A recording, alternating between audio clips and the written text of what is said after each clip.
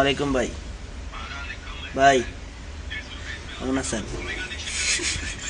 কি করতেছেন আপনি? মারোলা সকালে ডিগ্রি দিছে তাতে 12 ঘন্টা এগুলো কোত করে আবার মারি দিয়ে তেসি মারুন পেটেসি মিয়া হারাতে নাইট ডিউটি করে 1 ঘন্টা ঘুম যেতে পারি না।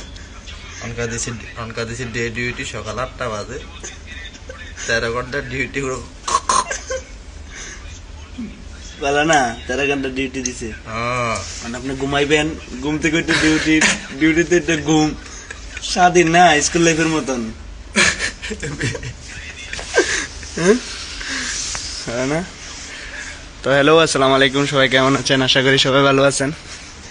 তো আজকের আবহাওয়াটা দেখেন, সকালবেলা ঘুম থেকে উঠে ডিউটি যেতেছি, এখনো রোদ ওঠে না, রোদ একটু পরে উঠবো। তো সবাই কেমন আছেন? আশা করি সবাই ভালো আছেন। তো দেখেন প্রবাসে আসলে যে কত সকাল সকাল উঠে ডিউটি করতে হয়, ডিউটি যাইতে হয়, মানে ঘুম নাই। আপনি কখন ঘুমাবেন, ঘুমের কোনো টাইম নেই যে আপনি এই টাইমে ঘুমাবেন। আপনার ঘুম হইবেই না, কারণ কি ডিউটি করতে হইব আপনার, অনেক অনেক ডিউটি তো তাই। আর ওমানের যে অবস্থা, ওমানে বর্তমানে 2 বছর হয়ে গেছে ভিসা বন্ধ, তারপরে কাজের সংকটটা খুবই কম, ওমানে। ওমান এমন একটা পরিস্থিতি, 12, 13, 14 ঘন্টার নিচে কোনো ডিউটি নেই।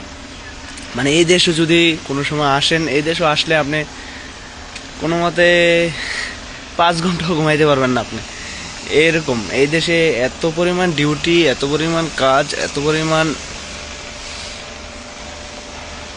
পরিমাণ স্যালারি আপনার কম থাকবে, এত পরিমাণ স্যালারি কম। আপনি স্যালারির অনুযায়ী আপনি এই দেশে আইসা কিছু করতে পারবেন না।